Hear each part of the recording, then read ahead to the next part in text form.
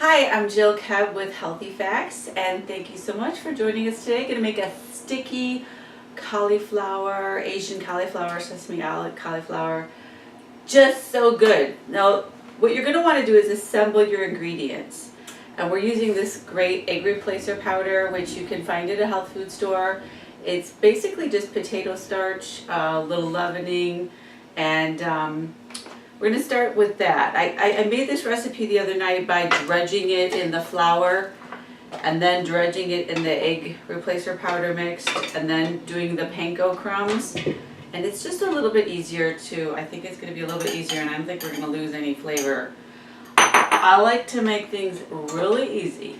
Okay, so again, assembling your ingredients for this recipe first is probably going to be a good idea. So you just want to whisk together the water and the egg replacer powder and some seasonings. Get this nice and combined.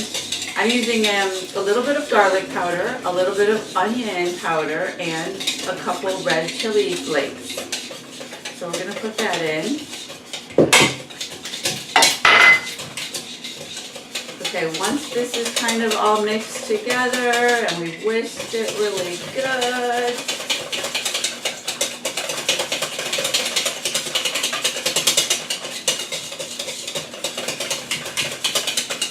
starts to get a little bit fluffy even. Okay, then you're gonna dump in your cauliflower. You could do this into a plastic baggie as well. And I'll do my favorite little thing here. I'm not using a plastic bag, but I do have a lid. I'm gonna shake up the cauliflower to get it coated with the egg replacer powder mixture. Okay. That looks nice and coated.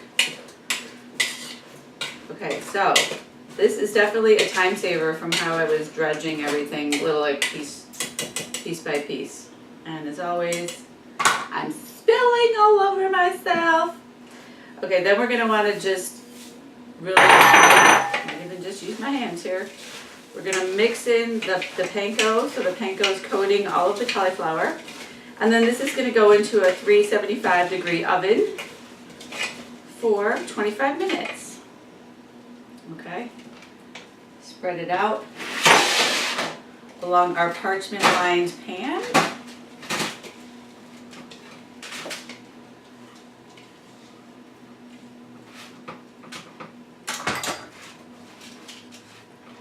Okay. I just remembered that I put that little bit of cinnamon, the chili powder, into that, and I meant to put it into the sauce. Oops. Okay, I'm going to make sure I write that correctly in the recipe. But anyway, because I don't want, yeah, that was supposed to be in the sauce. Okay, oops. That's okay. So now what we're going to do is get our sauce started. We're going to start with some soy sauce in a pan. Get the heat up a little bit here. Sugar, you can use agave or another sucanat or some kind of sweetener of choice. Some rice vinegar. And we'll get that whisked up here in the pot. This sugar is going to dissolve, and while you're cooking it, it's at the higher heat, it's going to dissolve, and then you just add in your red pepper, your green onions, and your garlic and ginger. Okay, for using garlic and ginger, that's really one of the keys to this ingredient, is the nice fresh garlic and ginger. And garlic, the fresh ginger, you can use a little paring knife or even a peeler to get the skin off. And then you just use like your nice fine mesh grater on like a cheese slicer here, and you'll just go like such. And you'll have your really wonderful fresh garlic.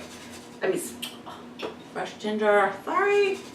Okay, so for the garlic too, I don't even really have a head, but what I was just going to show you is that when you're peeling your garlic away from the skin, I like to use a big knife and there's like crush down on the garlic, and then it'll come away from the skin, and then you can put it through a little garlic press. And that's a good way to do that. Okay, once our sauce is bubbling while our cauliflower is cooking and we've got our veggies going, and I've divided the green onions because I'm going to put some of the green onions and the sesame seeds on last. You'll thicken this by putting a cornstarch in a jar, and then you put your water in. We can do this right now. Water in with the cornstarch, put a tight fitting lid, and then we're going to shake this up, and we'll add this to the we're going to add this to our sauce to thicken it in a little while once it's boiling and the veggies are cooked. So once you add your cornstarch and water mixture, you want to stir it pretty frequently. Turn the heat up to let it get to a low boil and stir it constantly. The reason why, of course, you want to, right, I shouldn't say of course, but you always want to shake up your cornstarch with cold water and then add it, because if you just added cornstarch, it would get lumpy. And this is starting to thick up real nice. So when my cauliflower comes out of the oven, I made enough brown rice in this recipe to amply cover a large cauliflower. You might find you have a little too much sauce, but I definitely would rather have you have a little more sauce than not enough, because you kind of want to coat the whole cauliflower, and this is a really delicious sauce. This fresh ginger and fresh garlic, it just makes it. It's just delicious. It's a great sauce. Cauliflower is the new crack. What are you gonna do? It's good. It's so addictive.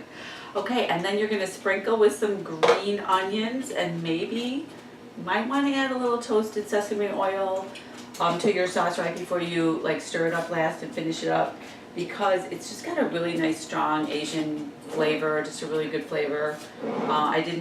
It's optional. And then some sesame seeds, toasted sesame seeds as a final touch. There we have it. Here's our cauliflower out of the oven, and I could have probably done a better job getting the panko on individually. You could also put it under the broiler for a few more minutes to brown it up. And then you want to coat it with your sauce pretty much right away when it comes out of the oven. And oh man, so good. I'm Jill Keb with Healthy Facts. Thanks again for watching, and please keep taking good care of yourself, because you are worth it. Good food, and it's good for you. Take care.